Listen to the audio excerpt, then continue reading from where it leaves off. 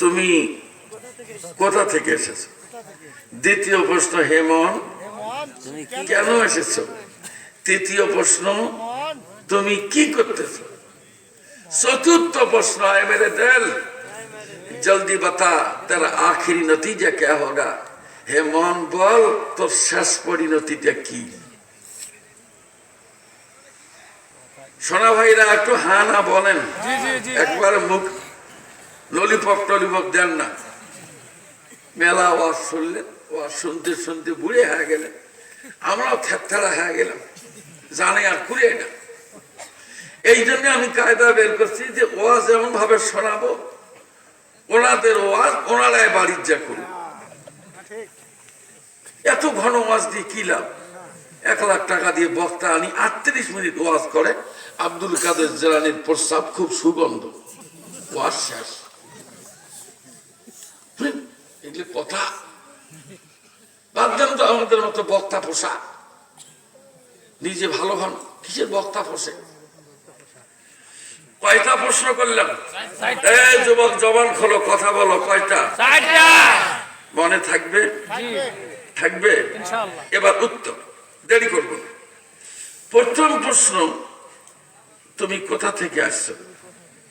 বের করেন তো আমরা কোথা থেকে আসছি। যে যেটা পান কন, আমি তো আসি, বোঝেন নাই?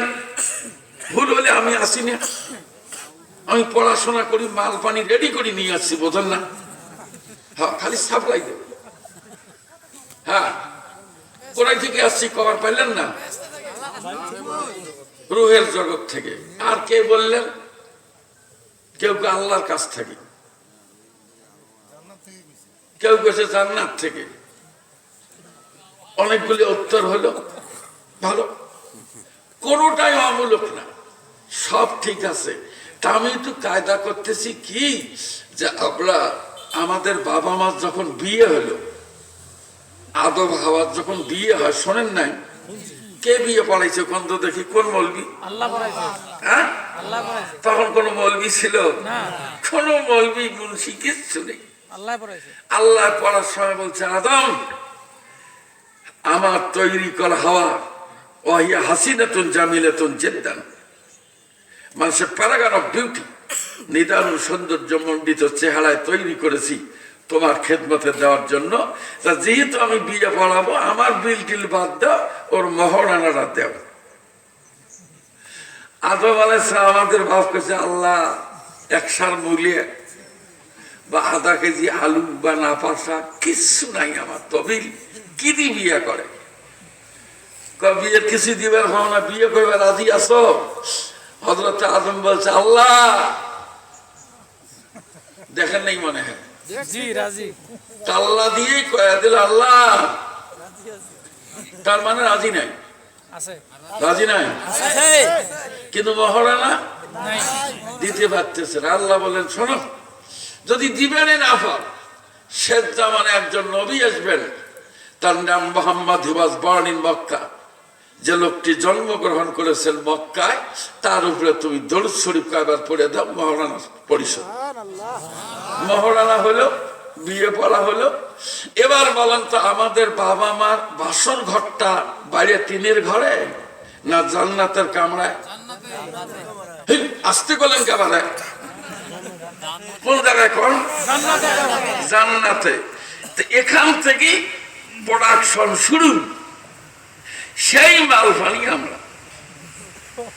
কথা বুঝলেন কিনা আল্লাহ জানে। তাহলে আমরা এসেছি জান্নাত থেকে, আলহামদুলিল্লাহ। এ ভাই হলো না, জোরে বলেন আলহামদুলিল্লাহ, আরো জোরে বলেন আলহামদুলিল্লাহ। বাস, তাহলে এইবার শোনেন, আসলাম জান্নাত থেকে। ভালো, কোথায় আসলাম? হ্যাঁ, দুনিয়া আসছি, দুনিয়া আসছি। তাহলে ওই যে প্রশ্ন ছিল, কেসলি আয়া হো, কেন আসছে? আচ্ছা, আমরা কি আছি 28 সাল 29 ধানের ভাত খায়া ঢ্যাপ ঢাপা হয়ে অকাম করার জন্য? হ্যাঁ,